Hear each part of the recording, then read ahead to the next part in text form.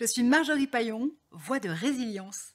Il arrive qu'au cours d'un parcours de soins, il y ait parfois des mots qui fassent peur, des mots qu'on n'ose pas aborder ou tout simplement des mots qui deviennent des gros mots. Résilience prend le temps de les explorer pour vous et de les démystifier.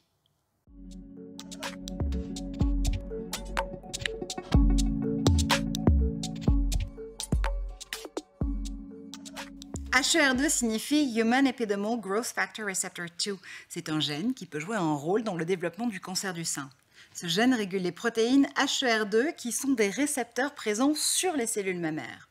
Normalement, les récepteurs HER2 aident à contrôler la croissance, la division et la réparation d'une cellule mammaire.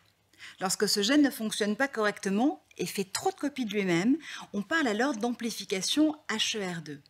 Dans ce cas, il peut aussi y avoir un nombre exagéré de récepteurs HER2 qui va faire croître et se diviser les cellules mammaires de manière incontrôlée.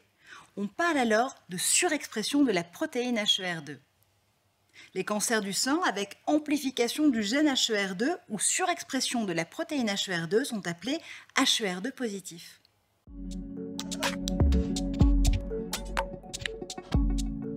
Environ 20% des cas de cancer du sein sont HER2 positifs. Selon les connaissances disponibles aujourd'hui, nous ne savons pas toujours exactement pourquoi certaines femmes ont un cancer du sein HER2 positif et d'autres pas.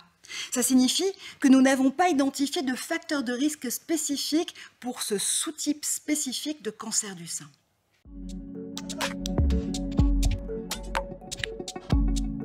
Le rapport de pathologie doit inclure des informations sur le statut HER2 qui indique si HER2 joue un rôle ou non dans la prolifération de la tumeur. Sur la base des résultats du rapport de pathologie, la tumeur peut être classée comme HER2 positif, négatif ou faible. Une analyse moléculaire complémentaire est demandée pour évaluer le statut HER2.